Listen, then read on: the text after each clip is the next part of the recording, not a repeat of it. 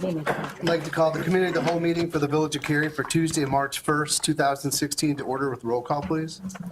Chapman, Here. Kostler, Here. Gabelli, Here. Dudek, Here. Kraus, Here. McAlpine. Here. Thank you. Would you please join me in the Pledge of Allegiance?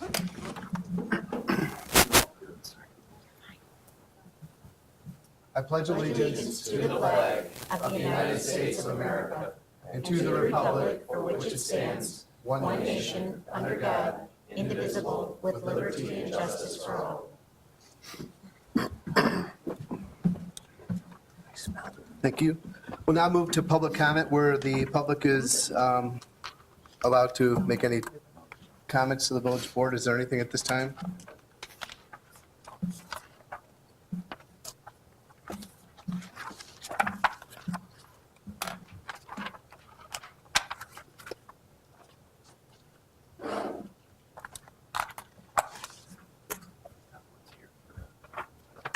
Okay. Christine Beard, did you want to address the village board? My partner, Ruth Van Gooserville. Is it anything pertaining to the agenda? Oh, the monuments? Okay, we'll have that conversation when your item comes up. All right, thanks.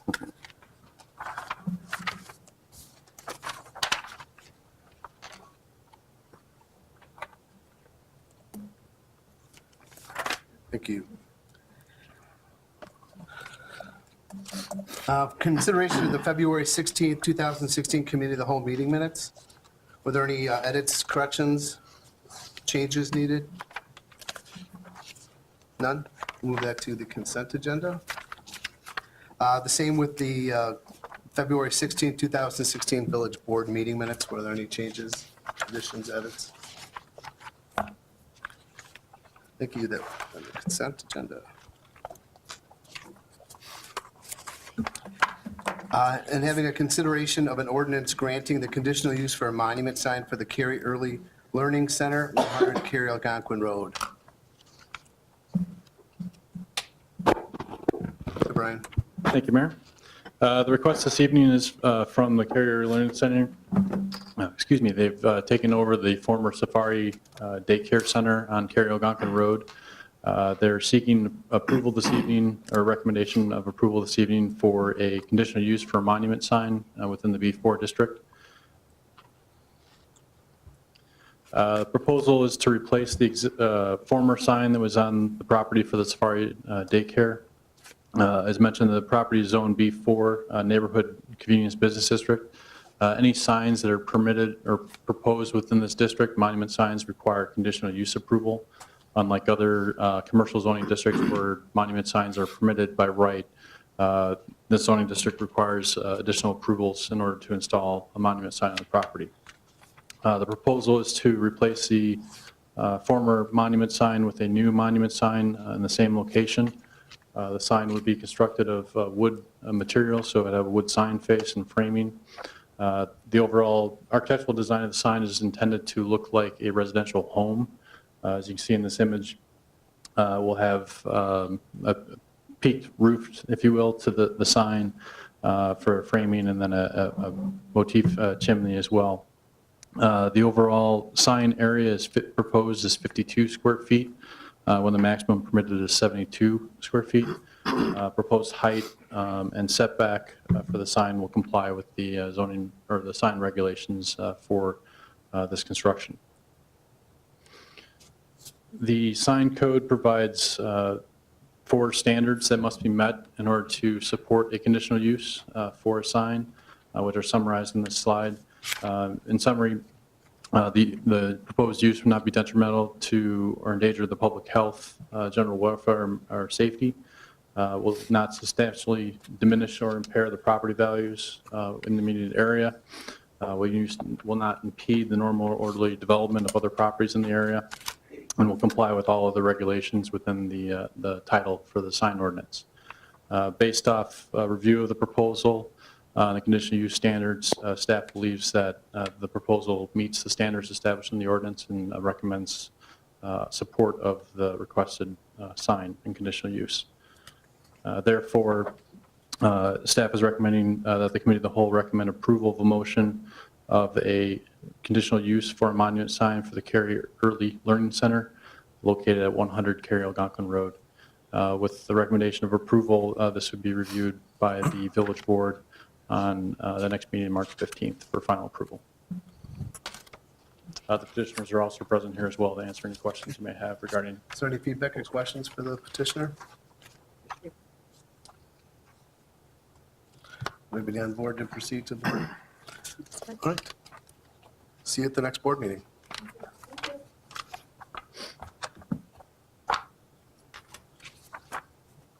Might I ask, would the intention be to put this on the consent agenda for the next meeting? I would say. Yes. I'm fine with Okay, that. thank you.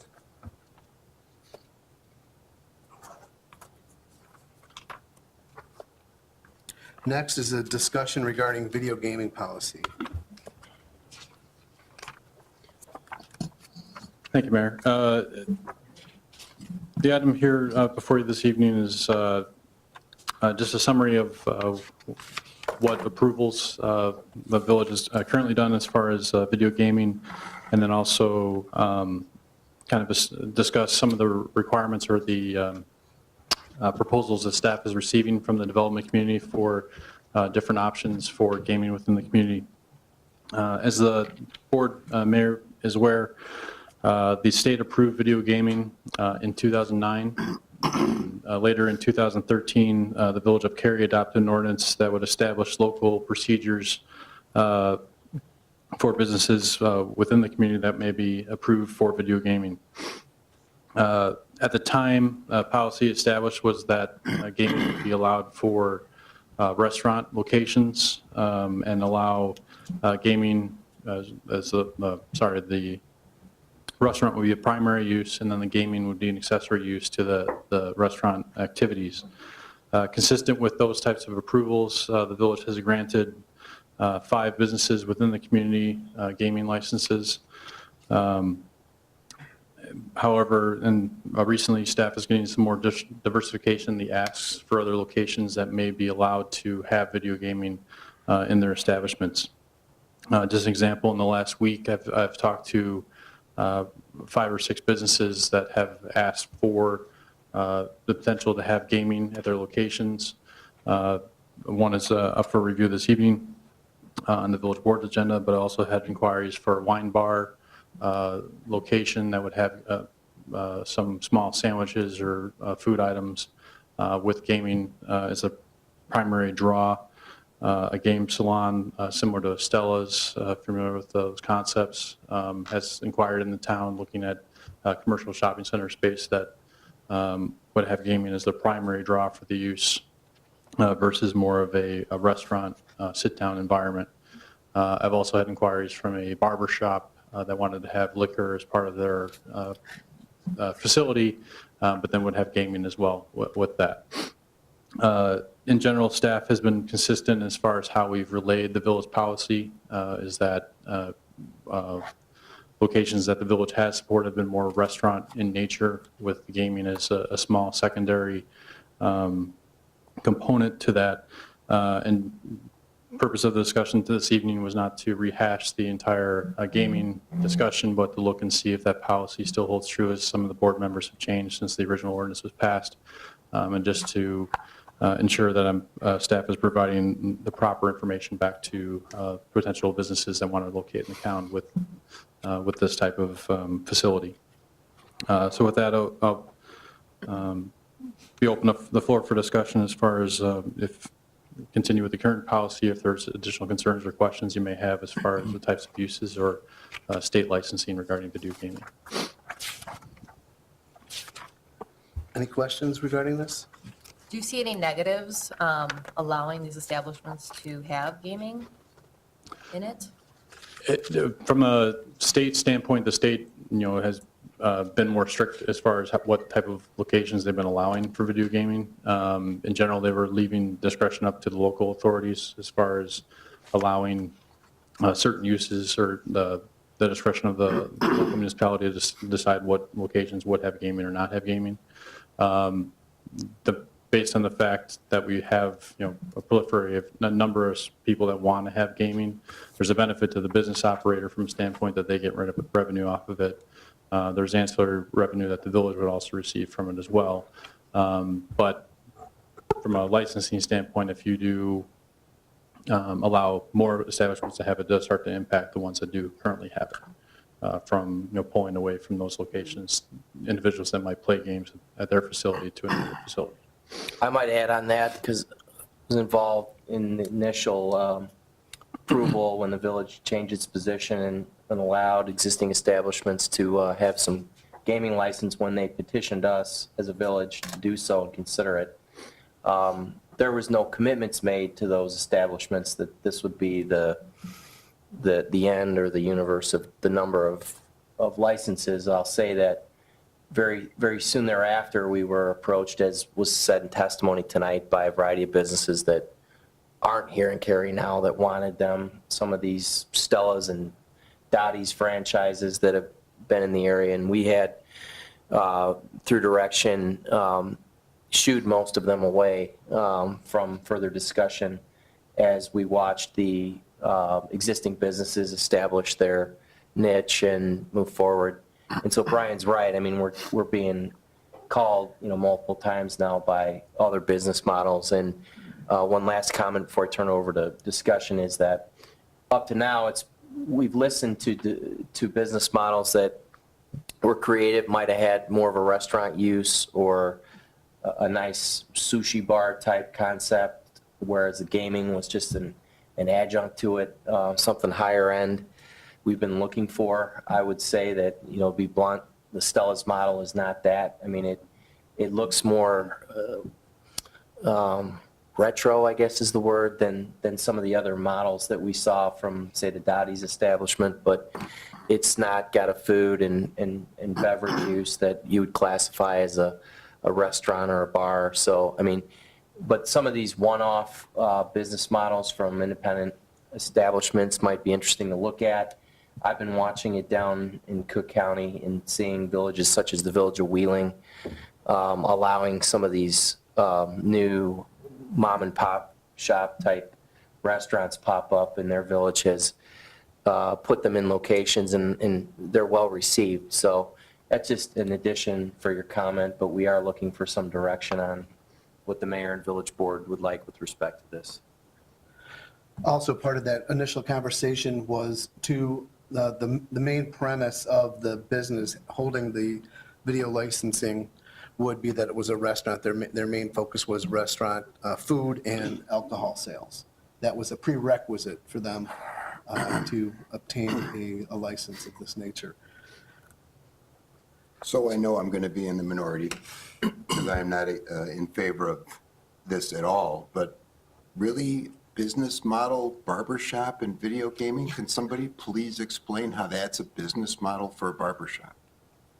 I can't speak to the model that they were looking Of for. It course was not. somebody that It's walked. Yeah. It is the local businesses in another municipality locally here that they were looking at a location downtown in Cary, that the primary use would be the barber shop, but they would like to have the alcohol sales, and that would, along with that, would bring along the gaming. I think the primary draw in that use was the barber facility, but it would provide additional amenities for their customers that they would look at. So if I understand, Brian, just help me out. On page 2, you're indicating that our January 16 revenue was $214. Is that right? Or 200 That's the Per machine. licensing. per machine? How many machines we have in town? There are 25 machines. Okay, so do the But math the there. tax, the give back to the village annualized, we're doing our budget right now, and you'll see it on the 12th.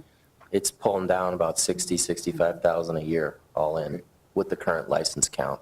Okay. Yeah, in January, I just pulled the report up from the Video Gaming Board. Before this meeting in January, we have about 5,000 as a municipal share for the entire village. And I mean, my position on this is the same as it's been since we first introduced this. If you need video gaming to make your business better, then you got something wrong with your business. So I won't be in favor of it. Chris, I had a question related to your sort of background on our communities. Am I understanding right that you say that allowing this in any type of restaurant has not impacted, it's been well received? Is that what you're saying in Wheeling?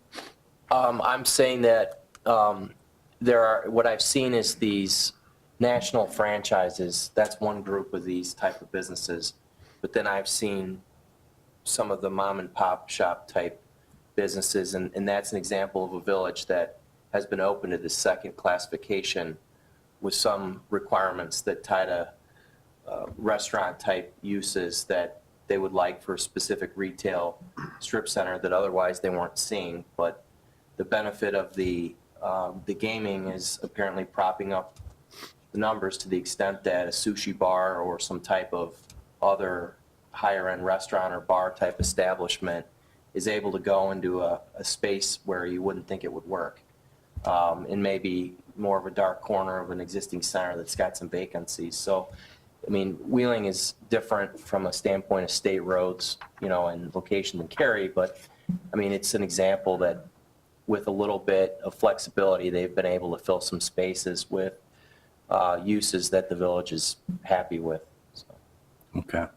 I have concerns as it relates to a business that is not restricted as far as age 21 alcohol and things like that, so that this, I feel, should be restricted to a business that restricts minors from participating in this. And overall, I'm not a real big fan of video gaming. So I would side on, keeping this a restriction to establishments that have on-site liquor consumption. The last thing I want to say is that I'm very concerned that there is going to be some sort of casino-type operation that's all they do, and they're going to want to do business in our village. I just don't see it as being a good thing for our village and the right place for it. Everything has its place, but not here. So, Jim, can I just ask you a question on that? So are you suggesting that these Dotties or Sallies, you're not a proponent of those? Is that No, what you're I'm saying? not. Okay. Thank you. That's all I just want to know. One thing to note as well, with regards to saturation, we got to confine borders where we are right now. And we do have on the record a couple other restaurants that are looking to come to town, and that's one of their prerequisites to opening up, for instance, the Galatti's, the former Galatti's in downtown Cary. They've asked if that's something that we would permit, as well as we have an existing business at Ale House. They have sent a letter of intent that they'd like to add gaming to their establishment too. They've acquired the building next door. So some of these things that we need to consider is when it comes to how the number of machines that we want to have in any one particular location.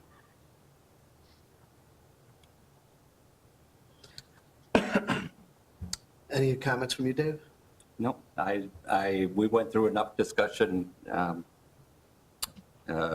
year and a half ago, and I like the model that we have, and I'm in favor of sticking with it. I'd prefer to stick with restaurant-type businesses. I would too. I just don't want it to seem like we're open season for gaming. Okay. Yeah. And from that standpoint, if there's any proposals that's still different from that, obviously from staff standpoint, we'll advise as far as what the policy of the board is, but there's nothing that can preclude somebody from submitting a petition to come before the board with that request, but we'll continue to relay that message from that standpoint. Very good. Thank you. I don't necessarily have a big issue with some of these other places asking either, so I think case by case is still relevant. Sure. Thank you, Brian. Moving to discussion regarding conceptual downtown streets, the streetscape program.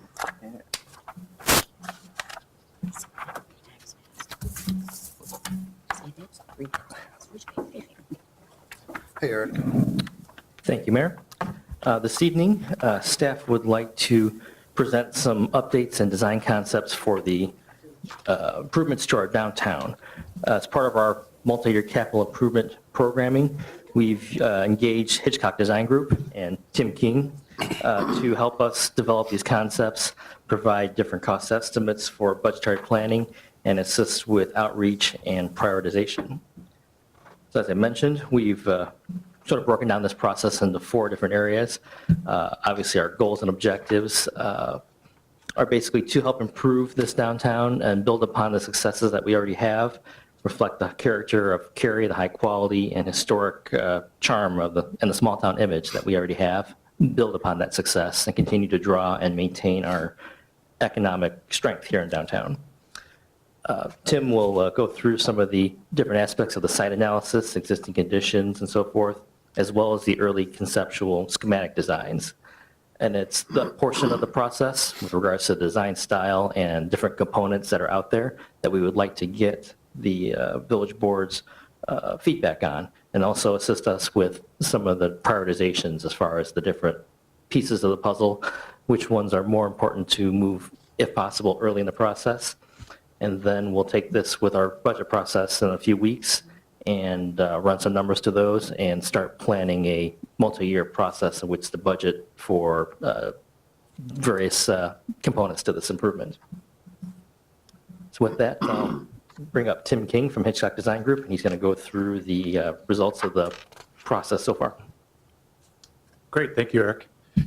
So you're all very familiar with the downtown, so I'll go through this relatively quickly, but we did take some time. Let me get the right button here. Okay, good. So we did take some time to just analyze what is currently in the downtown area, and both from a physical standpoint and even though we're not really studying the land use itself, we're really focusing on the streetscape. Obviously, the land uses affect what happens on the streetscape, so we've kind of taken a look at all those factors. So really just focusing at the moment on the strengths, weaknesses, and opportunities. What we've found, and we've met with Eric and staff a couple times now and talked these things through, is that one of the real advantages that you have with the downtown is it is a compact, walkable environment. Sometimes one of the challenges with downtowns is it's very spread out. There's a lot of area to deal with, and so it's hard to get enough critical mass for those improvements. But the compact nature of the downtown we see as a very positive thing. Also, the fact that the metro station is downtown and Route 14 is there, it gives that multimodal connectivity to the downtown. Once again, there's pros and cons with traffic and other things, but we see that as a very positive thing. And then also the fact that you already have a very active series of programmed events that happen in the downtown area. Those are very positive things, all very good things to build from. As far as weaknesses, once again, a lot of downtowns, downtown Cary I would say included, over the years, vehicular traffic just comes to dominate the right-of-way. So roads get widened to move traffic through, sidewalks get narrower, and you have less space to do things in. So that's something that is just a reality. The pedestrian environment, the things that you have done, street lights, furnishings, those sorts of things are good, although they could be expanded to what is considered maybe the whole downtown. And then the idea of the image and identity, we read that in the comp plan that was done, that Village of Cary has a very strong identity tied with nature, open space, that sort of thing. Can we combine maybe that look, that feel, that style in with the downtown streetscape and pedestrian environment?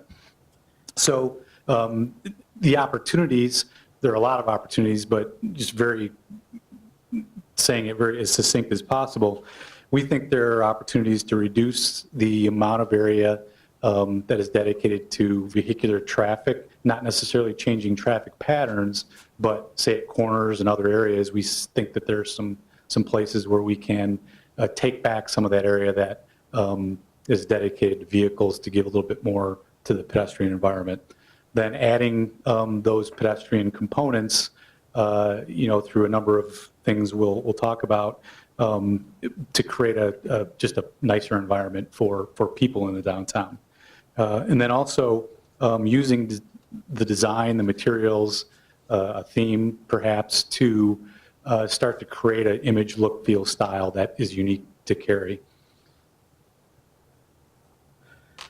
So we took these photos on a miserable day in, I think it was in December or January.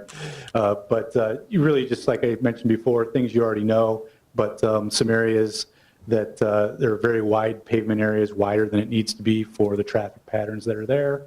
In some areas, the sidewalk is plenty adequate, and really just looking for those spots where we can improve the streetscape. So moving beyond the analysis and starting to talk about what sorts of improvements can be done, one of the first things that we come to is, is there a certain theme we want to build off from? And in talking with staff and our analysis, we thought there are a few different options. One is, you've already started to do some improvements that have a bit of a historic theme with the light poles and benches and other things.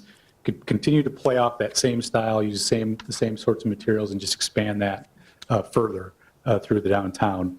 Another option would be to do something similar to that, but is there a way to create something that's very authentic to Cary? So look at the history, look at the past, and maybe come up with some design components, some elements that play off that more. And then the third is maybe there's a way to play in that progressive, more environmental angle, build in sustainable components, not completely forget the history, not go completely to a, very contemporary, different thing, but maybe combine the two. And that's I think where, we kind of ended up, was maybe there's a way to combine that authentic history with a progressive, more natural look. So we did assemble some pictures of some components that we think start to do that. The different components that we see that make up the streetscape, and we have opportunities to improve: crosswalks, sidewalks, corner bump outs that give areas for pedestrian gathering or landscape or other components, even modifications to the parking lanes to include permeable paving, things like that. Then trees, landscape plantings. Trees seem like a relatively easy thing, but in a downtown, sometimes you're limited as to where you can get those in, but they really contribute to the comfort and the environment of the streetscape. Same with furnishings, extending furnishings to more areas. Gateways and signage are a way to really bring that image and style together. And then lighting is another thing that can really make a difference. So here's some examples of gateways that can even cross the road, and or doing a gateway that's more of a monument sort of thing. And we included some images of some different type of lighting. You have pedestrian level lighting. There is roadway lighting by the commuter stations, but even doing tree up lighting and what's called catenary lighting, which is lighting that drapes across the street, can create a real festival type environment. It can be really kind of neat.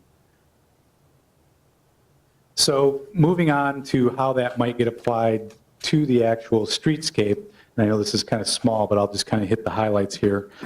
We took a little time to say, okay, if we applied this, not necessarily thinking about budgeting and phasing, but looking at the whole downtown and what might make sense. What the thought is that let's define the downtown very clearly. So down on the south end at intersections of Cary Street, High Road, and Spring Street, make those intersections look like you're now entering the downtown. Same thing on the north end, pull in that northern area up by the village parking lot, and make that feel like it's part of the downtown. Same thing with Jandis Road. Pull that in, make it feel like it really feels part of the downtown. And we realize that the metro station is going to follow a different track as that moves forward, but the idea would be that would also fall in line with these types of improvements. And then also the frontage along Route 14, even though that's IDOT jurisdiction, some of these same materials could play into that and make that feel like it's part of the downtown as well. So just some enlarged views of these areas. So we really think that, as we start to think about maybe what things make sense to focus on first, Main Street being the premier street, the festival street, the main focus, that might be an area where you do more of the gateways, you do the catenary lighting, you do the intersection treatments that really start to make this feel like it is, the heart of Cary, and it is very unique to the community. Then carrying this through to the Jandis Road area, what we're talking about as maybe a possibility is if the one row of commuter parking gets changed so it orients more towards the street. Right now, it is a separate bay of parking altogether, and it's separated by a concrete barrier. But what if we try to make that a real street and flip that parking around? We really don't lose much parking, but it allows us to add more trees, get a little more sidewalk width, and even that could be another festival type street there as well. More area for flexibility with that. Spring Street is pretty good so far. Some tweaks there could make that even a little better.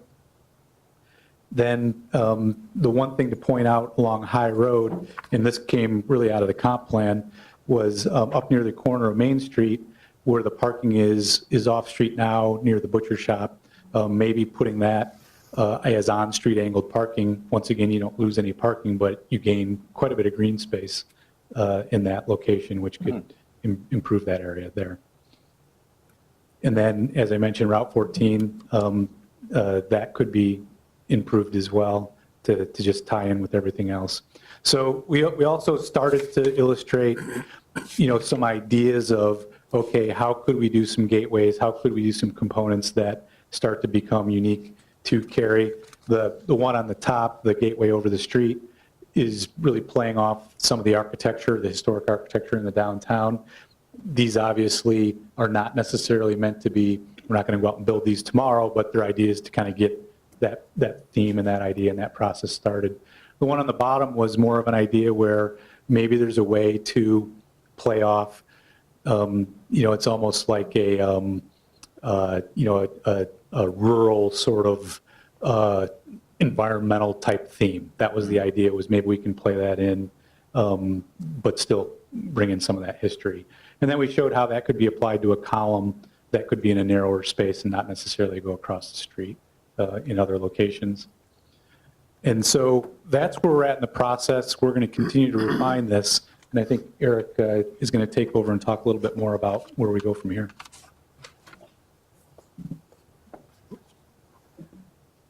So included at your dais are copies of basically these tables summarizing the improvements that Tim just went forward and described. It doesn't have to be tonight, but we would appreciate any feedback you have as far as helping us with your opinions and feedback on the different components with regards to the style that we have here. And we can also discuss it here with Tim present as well. But if we don't get to it tonight, I want to make sure you guys have the opportunity to just provide that in a document form for us. So feedback on the style, and then individually we listed out the different improvements that Tim summarized, and we would love to just get a sense of the different level of priority that the village board sees with each of these different types of elements, and if there's any that are very desirable and that you'd like us to explore further, or if there's some that there's no way you don't want to see it, that kind of feedback we'd also appreciate. Eric, would you like us to possibly email this out to the trustees and fill out form basis? Yep. Just to make it simple? Yeah, that would be perfect. And then lastly, we also talked about phasing. So if there's different zones of downtown, we listed them all here more or less by block. So if there's certain areas that you, again, would like to share your thoughts on the priorities, we'd appreciate it.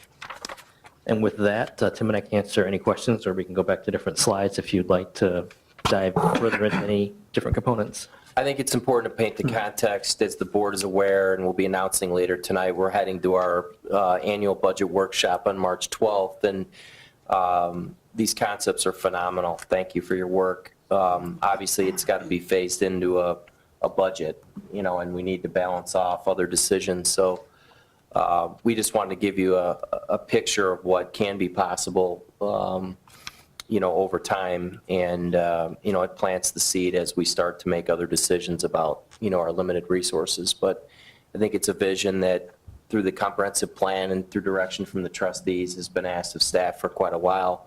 And, finally you're seeing, a picture of what it could be, and it's ready for your input and perspectives. I just have a comment. So Eric, when you took Tim around, did you just concentrate on the area that you have delineated in the slides, or did you take them, a little bit outside that area just to show them areas that are abutting to what we might consider our current core central business district? We focus primarily on the downtown, but actually through our drive to that location, we went by the Maplewood property around 14, Carroll Algonquin, and made the circle and the triangle.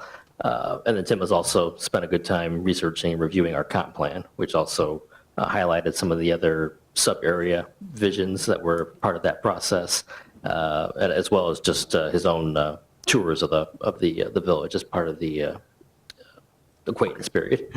So I guess my comment on what I see is very attractive looking. I like the signage. I'm not going to jump ahead to your next piece, Eric, because I'm sure you want to spend plenty of time on that. The one thing that I think that don't have to necessarily have an answer now, but I'd love to hear, Tim, for your thoughts on, is if I like those entryway signs across the street. I think that's pretty cool. But I think we're potentially being a little short-sighted as to where we delineate our downtown. In my mind, somewhere down the road, may not be this board, or it might not be my time on this board, the next board, I think our downtown will actually start further west, and it will probably align with the street that goes into Maplewood currently. And to me, I've always viewed from that street into what now is our core central business district, the potential to have a lot of those old homes developed into law firms, accounting firms. You go down Crystal Lake, you know exactly what I'm talking about. And I think there's a certain charm to a lot of those homes, not everyone, but to a lot of them. I could see professional businesses being in there, and I could see our core business district really starting further west. So in the event that we, at some point in time, move to those overhead signs, which I think are pretty cool, I would like to just throw out for consideration that we define our downtown bigger and don't limit ourselves to where it currently is today.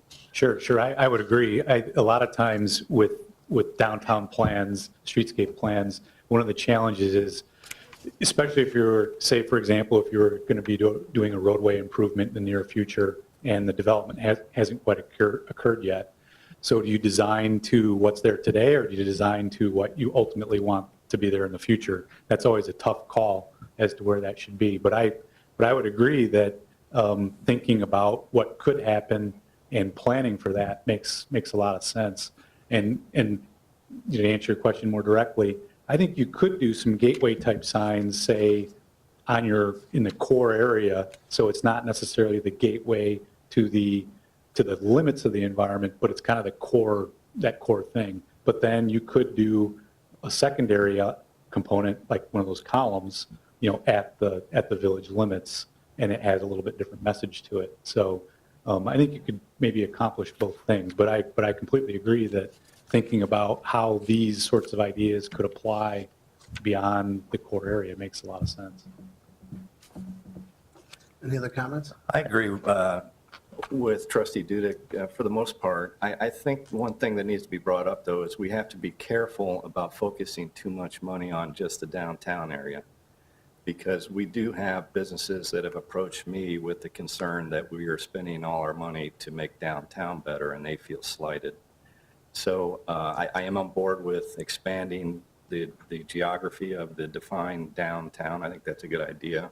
I just have concerns about putting too much funds into this without improving other parts of Cary. That's all. Good point. Any other comments? Great start. Okay, thank you very much. Thank you very much.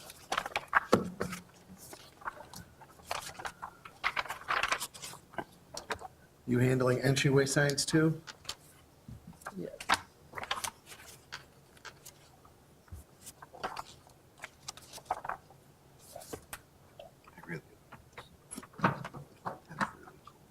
All right. All right, thank you.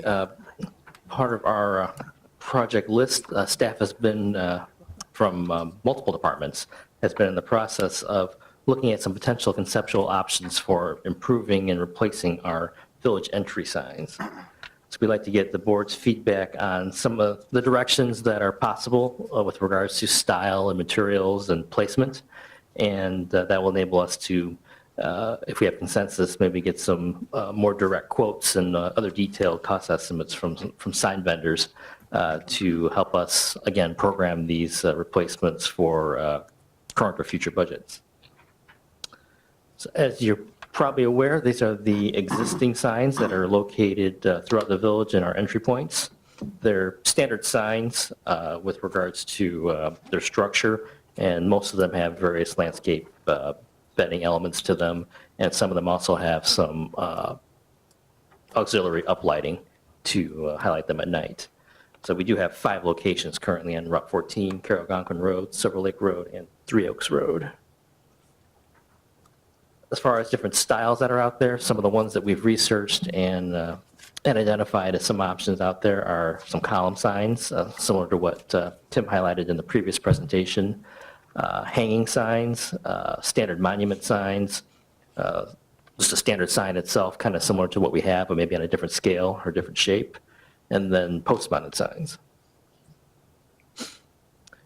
As far as what's in some of the surrounding communities, particularly what's immediately adjacent to the village of Cary, some of which you'll see on some of the roadways, we may have an entry sign coming into Cary, and the neighboring municipality will have a different sign going the opposite direction.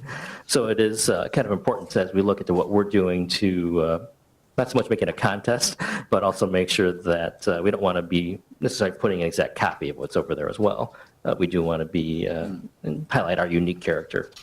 So Fox River Grove's got a standard kind of hybrid sign with some monument-style columns on both sides.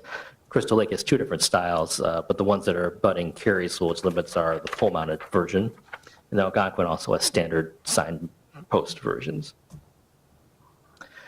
As far as proposed locations, the green shows the spots that are currently existing at this point, and then the red dot shows some additional spots that we would propose adding to highlight entry into the village as well, up on Crystal Lake Road, coming eastbound towards Deerpath Elementary, on Rawson Bridge Road coming south towards the golf course, and then on Route 31 going northbound as you approach the Meyer Material site. We're also proposing in concept 2 different sign designs. One version, a more enhanced version that would be located along the major arterials, where I think those locations would warrant some greater scale and maybe some greater design detail to them, just given their high profile locations and the wider right-of-way.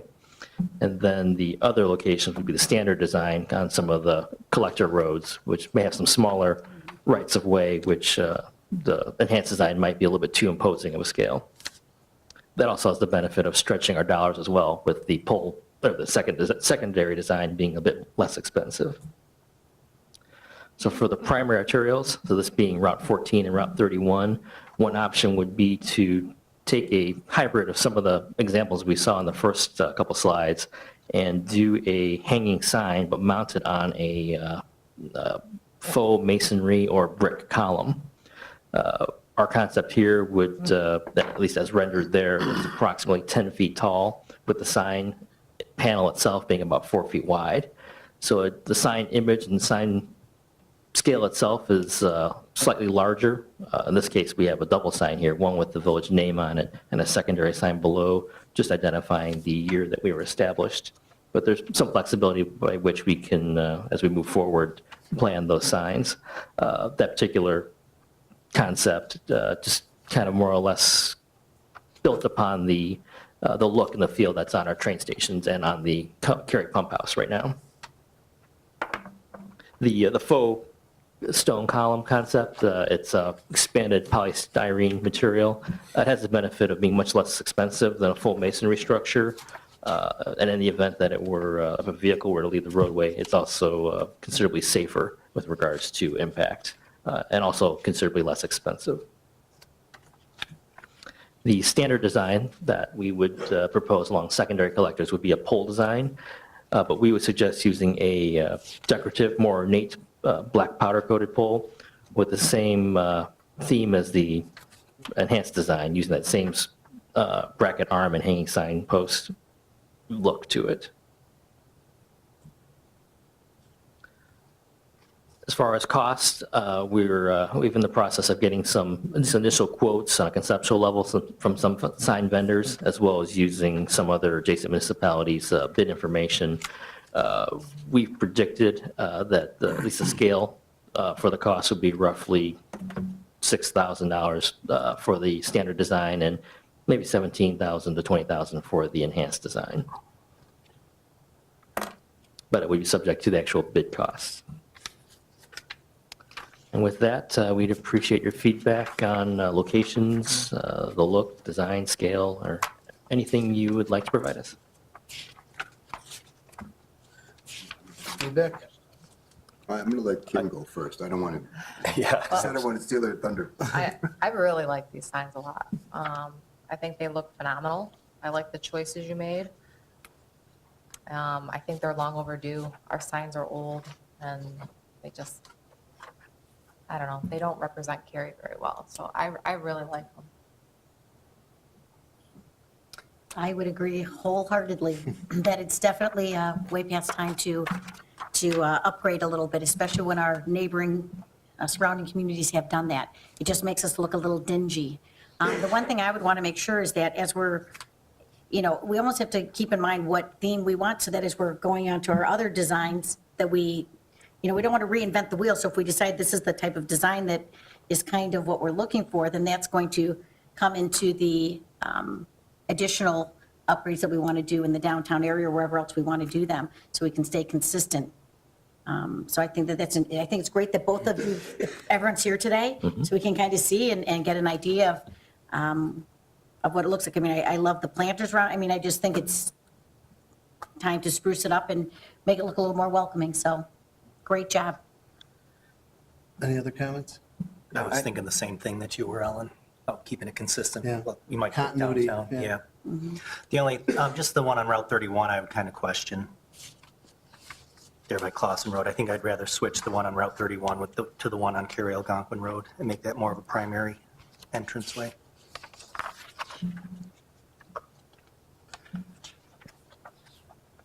You done, Jeff? Yeah, I'm sorry.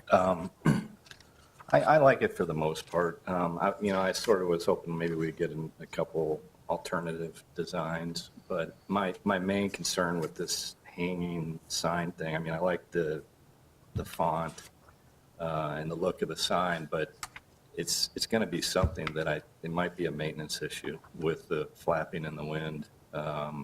Is there a way we could fix that more so it's not Not a shingle. yeah, I worry about that 2 years down the road, you're going to maintenance of that. Sure, there are some options out there with, I think you see them a lot of the private development signage. There's a similar hanging sign look to it, but instead of a chain, they have probably a black or some kind of metal post, basically affixing the sign to the bracket above. And if that's not desired, the concept at least we had there, we did include, based on kind of stealing it from the village of Oswego, they have similar hanging signs, and they actually use a secondary chain or shackle at the bottom of it that affixes to the post, so that it minimizes the amount of sway that goes on there. The signs itself, we're proposing to, again, just like the faux stone and masonry look, to look at possibly using something of a high-density urethane material. Again, lighter weight but more durable, as opposed to like a painted wood that would kind of fade or require touch-ups over time. So we're trying to factor in maintenance as well, so that's definitely some great feedback. Yeah, the only comments I had, actually, one of the notes I had was the same thing Jim had mentioned. I assume there must be some engineering that could stabilize the bottom so that it wouldn't flap.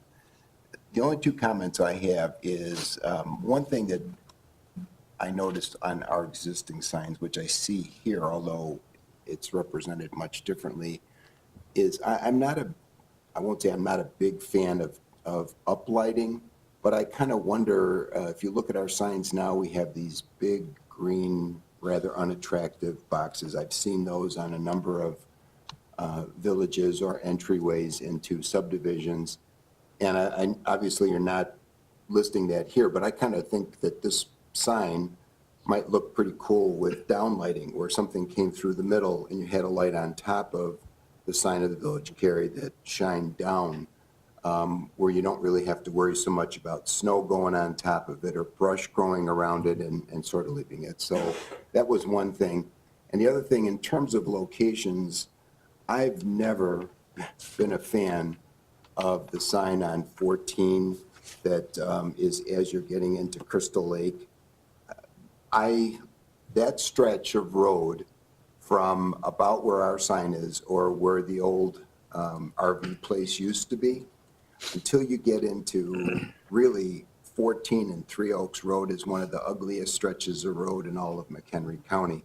And it bugs the heck out of me that you get identified as entering into the Village of Cary when you're going to drive down and see the Low property as the first big commercial development that you see. And, you know, I look at it and say, I've just driven into Cary, and now I see what looks like a recycling plant as I'm driving east.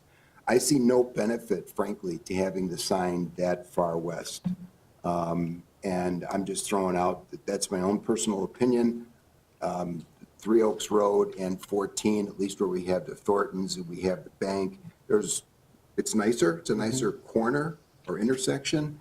And I don't know if it would be possible to move that sign that's out near Crystal Lake further east, since it is, no matter what we do, is going to be an attractive sign. And I just hate to spend the money basically seeing what you see as soon as you drive into what we define as the Village of Cary. So that's just my thought. I think that sign maybe is in a better location. I wanted to ask what everybody's thoughts were with regards to the pump part of the logo. I mean, that's been with us Get rid of forever. Get rid of it? Get rid of it. Anybody have an objection to that? I'm sorry, though. Oh, Pump house? the pump, yeah. There's no association with the Village of Cary in that. I don't see it at all. And if somebody knows what it is, they can explain it to us. I'd appreciate that. It's downtown Cary, right by the train station. Yeah. No, I understand that. I'm just saying, what does that have to do with the Village? I'm just asking, Is that just the for image you historical wanna present? preservation. That's all I was asking before we, get into anything more. The concerns I have is regarding the material selection, and I would recommend against us using the expanded polystyrene. EPS is low cost, and it's light, it's easy to handle, it's paintable, but the process chemicals that go into it are hazardous, and then the recyclability is difficult due to the byproducts that are used in it. So there's other alternatives out there that are more friendly for the environment. As inexpensive? I don't know, but you know what? Trade cost for environmentalism, I don't, so I have to look. Any other feedback or direction? Do you have the information you're looking for? Yes, we do. Thank you. Great Thank job. Thanks, Sarah. Good job.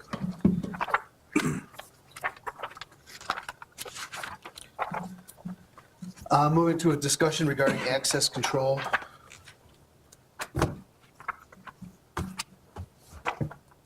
Thanks. I don't have anything. I'm going to take you from aesthetics to concrete security issues. So, but just begin the discussion as it relates to access control and security related to the police department and the village hall. A group of the department heads sat down and looked at some concerns we had as it related to both the ability to administer, to control, to oversee access into the village hall, especially from public areas into areas that are secure within the facilities, and also from a standpoint of the fact that we're kind of based solely on using keys cut keys to enter our facility, and that is to some degree inefficient as it relates to the ability to be flexible, both from a standpoint of personnel and when people leave our employ, to potentially having to rekey, to also accountability as it relates to not only our personnel, but potentially some contractual services that might be brought into both parts of the building. So when we sat down to look at this access control system, we were looking at 7 different issues. They included security, accountability, adaptability, flexibility, administration, convenience, expandability, and return on investment. Some of the key points here were the administration of such a system, and the fact that we were looking at something that we as staff could administer as it related to adding and deleting personnel and increasing their access, in a hierarchy. And then also from a return on investment in regards to not having to rekey the building and not having any breaches in security as it relates to both functions of the Village Hall and the police department. So we looked at 4 different firms, Tyco Integrated Security, Protection One, Force Security, and Northern Key and Lock. All firms said that they indicated that they could provide such services. And when we looked at all the items as a whole, our conclusion was that Tyco Integrated Security would be the best selection, with the exception that they wouldn't be installing the locking mechanisms. We would do that as a either a secondary contract or contract somebody to do that, or use our own personnel to install those locks if that was possible. So from that standpoint, the other part of it was that Tyco Integrated Security seemed to be the most flexible system as it related to both. We could have it installed locally software-wise to control the access control system. We can have it hosted by Tyco Integrated Security so that any upgrades to the software could be added by the security firm, or they offered a third option, and that would be that they would both host it and administer it. So we would call them to add our personnel. That's not something that we were interested in, but that was a third option that was available. So all that said, I know that the village administrator might have some things to talk about as it related to this, but I know that this is something that, we looked at 9 doors, by the way. They're basically perimeter doors. The main door, the employee door for the Village Hall side, the door that goes between the Village Hall and the police department employee door, the Sally Port door, both ingress and egress, and then the door for the police department entrance off the lobby. Understanding, of course, that we do have some keypads installed, but they're local, so it's a single pin that opens those up, so we change them periodically when personnel leave, and we have to change those access codes to achieve the security level that we're looking to achieve. It's not breaching a security construct by allowing that code to be out there. Plus, again, we were looking at this from a standpoint of the ability to not only control the Village Hall and the police department, but also potentially expanding it to include Public Works, and then some of the satellite sites that we have in regards to the potentially the water towers and stuff like that. So all that considered, we thought that Tyco Integrated Security seemed to be the best selection. And we don't want to indicate that we believe we're absolutely going to receive it, but I believe we're going to submit this for a grant application, which is due the 15th of the month from the Yeah, that was something I wrote Metro down there. Mayors. I didn't say it, though. Yeah, and so it may be a fraction of the cost of this as well. We can't guarantee that we'll receive it, but we're going to submit it for that. That grant is through the Metropolitan Mayor's Caucus, administered by the Northwest Municipal Conference, and it's a $10,000 matching grant. Any questions for the chief? Chief, is the, on forest security, is the hosting costs, is that annually? $800 or is that one time? Yeah, I think that's annual. It was, and it wasn't included, that was something that was additional. They would have installed the software locally, so this was an addition to their initial bid of $19,246. But that's an annual cost. Yes. Plus an additional, let's just say $1,000 roughly for whatever the additional monthly costs are. Right. Okay. My only issue with this was trying to understand, I'm a little bit concerned about having village staff change locks. I don't particularly like that. I think there should be a separation of, No, it's not changing locks, it would be installing the strikes, just in the door jams. Yeah.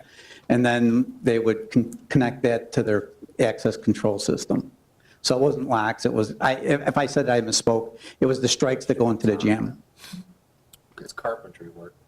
yeah, I understand, but I mean, this is security stuff, and I guess I'd prefer to leave security stuff to security experts, and with all due respect to our staff, I was a little bit concerned about that. Plus, when I look at the Tyco basically saying we have to arrange for that, whether we go to a locksmith or we use our own people, Right. well, there's a cost to that too. Yes. So I'm trying, for my own mind, compare apples to apples, because Forest is pretty similar in the system costs. You know, if you add those Right. those other things, how different are they? And I don't know. I Well, prefer to- and their base system would be to have it installed locally on our server versus the ability to have it hosted, usually actually using a web browser to control access points and things of that nature. And it was, as demonstrated by, or at least explained by Tyco Integrated Security, very flexible, highly controllable as it related to both scheduling doors being open and allowing access. So if we had a janitorial service, we would only allow them access between 6 and 11 so that their code wouldn't work outside those parameters. So I understand your question. I didn't see the benefit of adding, the installation of the strikes when some of our doors already have strikes in them. Okay. So, it was some of the doors that don't have the strikes that we'd have to have somebody or our staff do it. I know that I've had discussions with the Public Works Director, and I believe that the direction that we would probably go would be to have someone from a lock company come and do that. Okay. So I've seen stickers for Forest. I don't know Tyco, so I guess I'd ask you, Kim, Chris, are any of you guys familiar with Tyco in the municipal marketplace? ADT, Tyco, they were basically the same company. I'm familiar with their systems, although this one would be a better system that I'm used to. The system that I was familiar with was installed on a PC, and that controlled building. This is a system that's hosted by the company and much more flexible, and the ability to control multiple buildings without having additional security, like 3 or 4 fobs that you'd have to use to get into 3 or 4 different buildings. That was one of our concerns. Okay. And I know it's not a lot of money, and I know technology changes very quickly, but we're not going to be in this building. I knew that this was coming, by the way. So is there That's why any- return on investment on this. Is there any transportability of this system to a state-of-the-art building instead of the state of the who knows what building? Well, the strikes would stay here. Yeah. And the access control would be installed in our computer server room. By the way, that would also be one of the controlled doors here as well.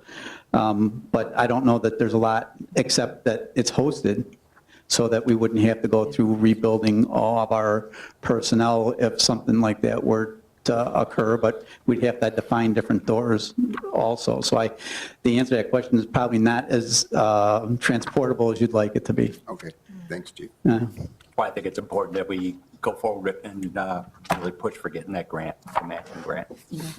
We'll do our best in regards to that. Any other questions for the chief?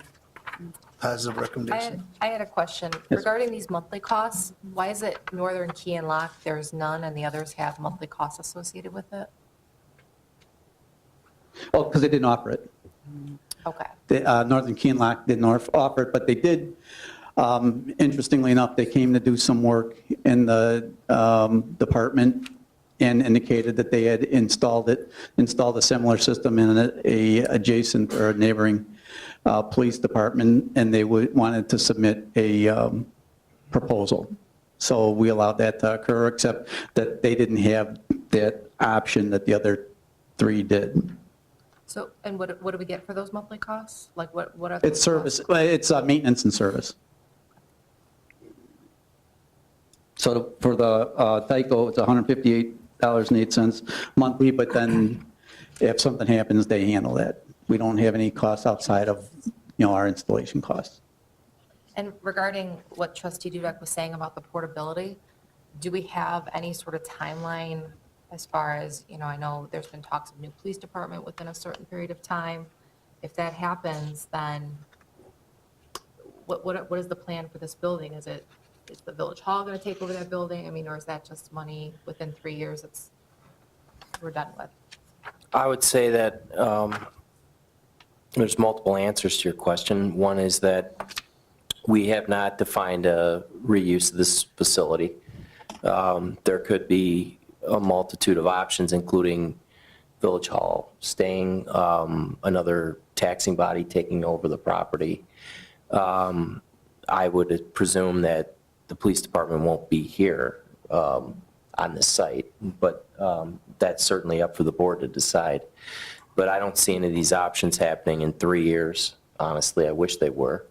But from a bond sale referendum standpoint, which likely be involved with the police station project, you're probably looking beyond the 3-year spectrum. So I know that, and we do consider, including when we did a rewiring project, as some of the board members may remember of this site, we had the same discussion and some concern about investing in the current building. But we view this as a business expense, and we believe that there are some security issues now that we're concerned we're cutting corners on, honestly. So we understand the expense and not knowing the end result for the site, but we recommend proceeding. Yeah, in my experience, even if we had plans and we just broke ground, it'd be 2 years before we were in a building anyways. Yeah, I'm just trying to get a Yeah. gauge. I just Yeah. threw out the number 3. I mean, Yeah, it's probably 5 or more, be my guess. The enhancements should also help us with our insurance rate and our liability. Okay. Thank Thank you, Chief. Eric's report. Eric?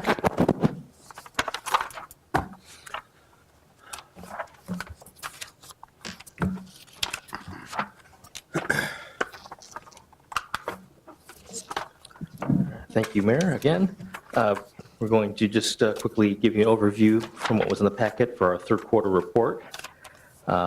Obviously, from an operations and maintenance standpoint, the winter season is the predominant focus of what's going on. We've had incredibly high volume of snow in November, pretty quiet December, January, and then February and now March, of course, has come back to kind of keep us busy as well. But overall, the operations have been going smoothly with the extra time afforded by having some other reallocations of staff and other assignments. We've been able to also devote extra time this winter to routine tree trimming. So we're trying to bring that back as a focus for, which will help us obviously later in the season. Highlights on the utility side of the business. Had just a few water main repairs. Obviously, the water tower project at Carroll Algonquin being completed. We're just wrapping up the coordination with Sprint to get them off the temporary poles and moved back onto the tower. I believe the T-Mobile just finished up removing the old tower and foundation this past weekend, and I think Sprint should be finished probably within the next week or so. On the engineering side, the proposals have been received for the design side of the Metra warming shelter enhancement project. So staff is currently reviewing those proposals and will work towards getting a recommendation for the most qualified firm in that process. Three Oaks Road, we held a public information meeting to give the consultants and our team some feedback from the nearby residents and the entire village on that upcoming design project to resurface the roadway, finish some pedestrian improvements, and then also upgrade the intersection over at First and Three Oaks. Park Avenue design is still continuing. It should be wrapping up within the next few weeks. We'll give us some time for the budget workshop, some preliminary numbers on where that project could fall within our 5-year program. And then we already heard tonight about the update on the downtown streetscape. Another major focus for staff has been municipal partnering. We've, as the board's already reviewed and approved, we have a joint janitorial services contract with Lake in the Hills.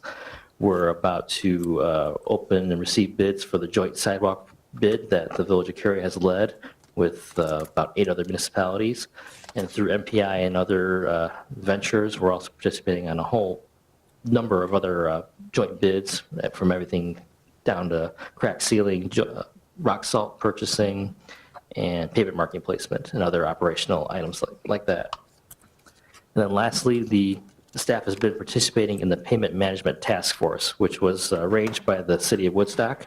And we've been participating with several other communities in the area just to go through different options out there, shared resources and brain power on different ways to help efficiently and cost effectively maintain our roadways. So we're going to continue that effort to contribute and also really spread the word on MPI for municipal partnering. And those efforts have already brought in the Village of Huntley and the Village of Algonquin on several of the MPI contracts. So that'll only help build us a base for the future from a local standpoint for some of the more location-sensitive bids in the future, particularly with road resurfacing possibly. With that, I can answer any questions. Anything? Been a busy boy.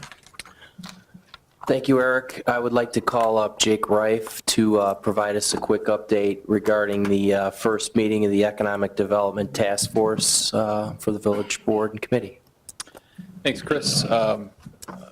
Last Monday, we had our first Economic Development Task Force meeting. 4 new members, introduced them to everyone. It's a good group. We went over kind of some basics of our comp plan, economic development strategic plan, and answered any questions that we had received from the Economic Development Task Force. So it was a good meeting. We're going to be having our next meeting here on March 14th, and happy to move forward with the group. Great. Thanks, Jake. Chief, do you have anything for us? Brian?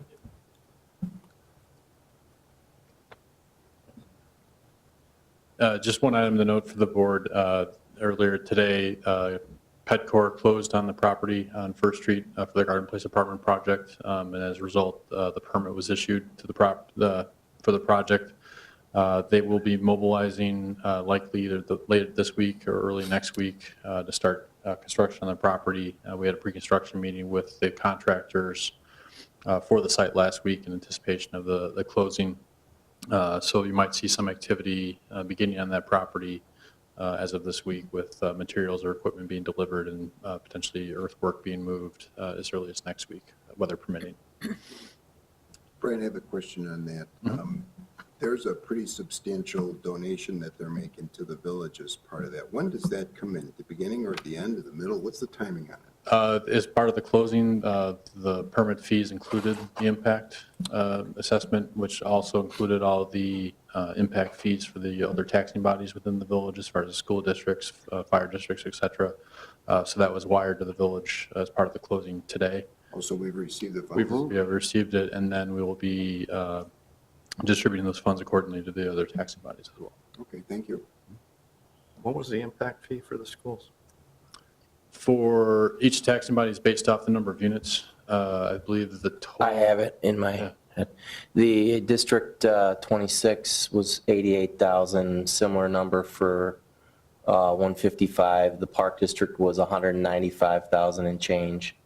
The Fire District was 30,000. The library was 25,000. And the balance was to the Village of Cary, including a $250,000 donation to the Village Building Fund. Thank you. Thank you, Brian. Any other discussion by the committee of the whole of any requested future items? I will entertain a motion to adjourn. So moved. All in favor? Aye. Thank you.